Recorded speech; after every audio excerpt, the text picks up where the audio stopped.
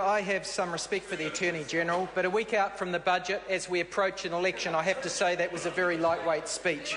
Mr Speaker, as we head into the election season, a few weeks away from the budget, you're going to hear less from the Labor Party about the other side and more about the difference that we're going to bring to New Zealanders' lives. Mr Speaker, of course we're still going to be exposing the cronyism that is rife under this government, and I don't have time to go into that any more today, other than to say it is the responsibility of the opposition to hold the government to account for poor practice in the interest of democracy.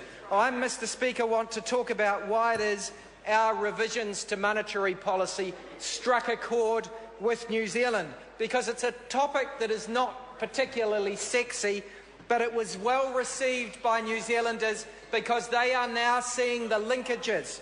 They are seeing the linkages between what the Labor Party stands for and the lives that they live.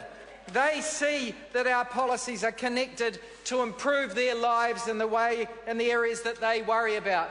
They know that despite the fact that New Zealand had low general price inflation last quarter, 0% excluding the increase in tax on cigarettes, that house price inflation is out of control, particularly in Auckland, and that's why the Reserve Bank put up interest rates, which in turn put up the exchange rate. They know that there's been a 40% increase in house prices in Auckland. The average is now $680,000. Home ownership rates are at a 50-year low, one of the most important measures of rising inequality under this government. They know that because interest rates went up because of poor housing policy, that's meant that people have lost their jobs in the forest processing industry, that we export too many logs, that the problems of insecure work, of an unemployment rate still at 6%, are related to housing policy and monetary policy.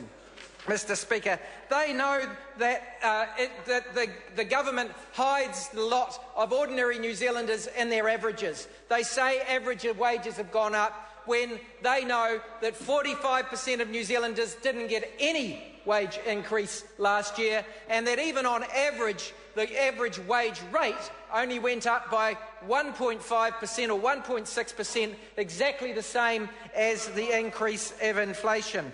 They know that we're onto something, that we've got to align the objectives of the Reserve Bank with our export sector. Mr Speaker, we hear Stephen Joyce coming down here and trying to minimise, trying to dissect down to the littlest, trying to reject the idea that we've actually got some pretty comprehensive policies that work across the economy to reduce interest rates, to get our interest rates down to lower levels that are always higher than the rest of the world, and that jack up our exchange rate and mean that we haven't covered the cost of our imports and interest for 40 years. They know that those changes are complex but important. They know that it's better to save a bit more money than pay it on interest.